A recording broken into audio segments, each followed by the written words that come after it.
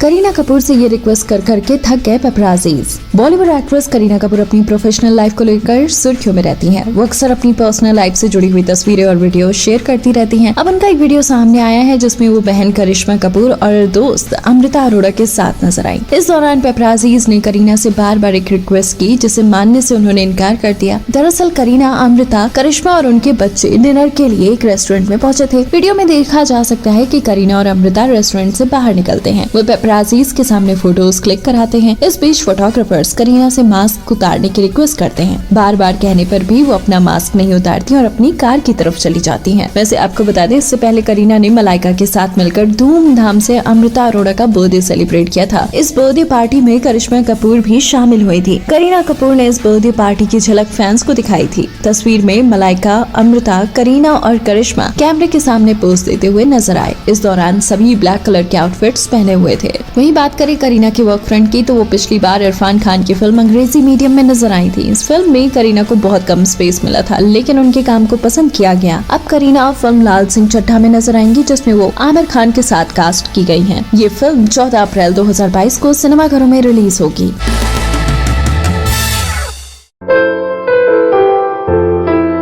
लता मंगेशकर की वो आखिरी ख्वाहिश जो पूरी करनी होगी 130 करोड़ हिंदुस्तानियों को।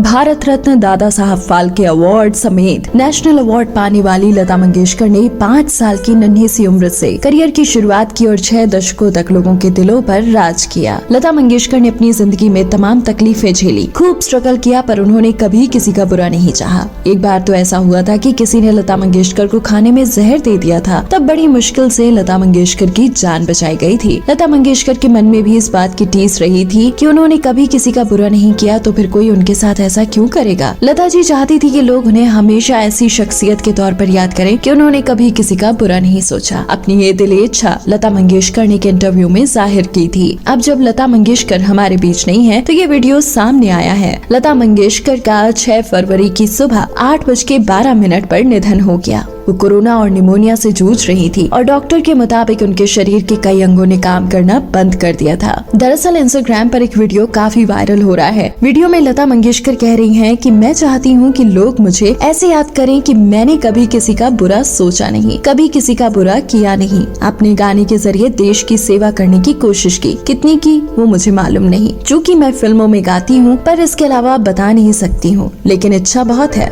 आपको बता दें कि लता मंगेशकर के जन्म का नाम हेमा था, लेकिन पिता दीनानाथ ने अपने नाटक के किरदार से प्रभावित होकर उनका नाम लता मंगेशकर रख दिया था।